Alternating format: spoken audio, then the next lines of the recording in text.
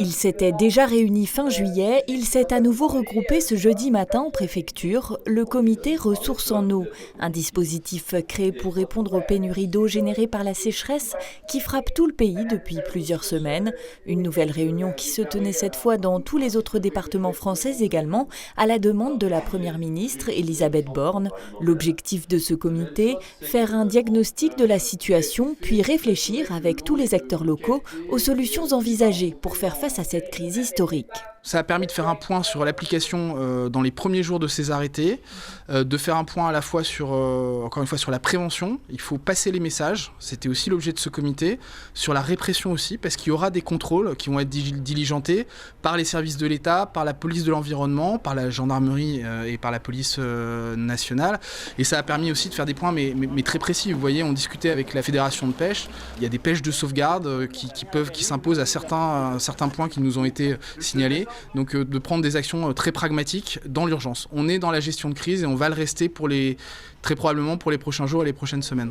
La vigilance est maximale et tous les organismes engagés dans ce comité ont donc pour mission de faire remonter leurs observations à la préfecture. C'est le cas notamment de la police de l'environnement. On a des sites de référence sur lesquels on se déplace une fois tous les mois, aux alentours du 20-25, et on observe l'état des cours d'eau, si ça coule, si il y a un écoulement mais peu visible, si c'est un assec. Voilà.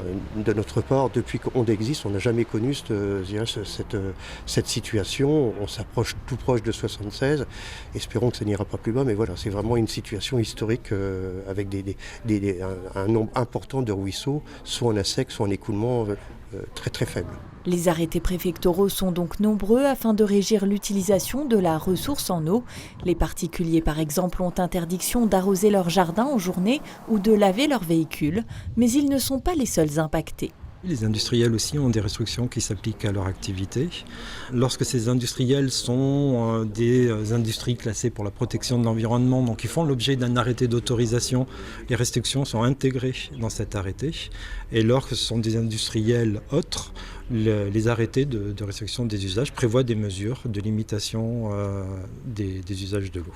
Alors aujourd'hui, on est sur une période où les industriels sont soit fermés, soit en baisse d'activité. Par contre, la question, et notamment qui a été évoquée ce matin, c'est de suivre avec attention la reprise d'activité de l'ensemble des industriels à partir de la fin du mois d'août. Les opérations de contrôle et de répression se multiplient auprès des particuliers comme des professionnels, en attendant la levée des arrêtés sécheresse. Si la pluie est attendue dès la semaine prochaine dans les Vosges, le niveau des précipitations ne sera certainement pas suffisant pour sortir de l'état de crise.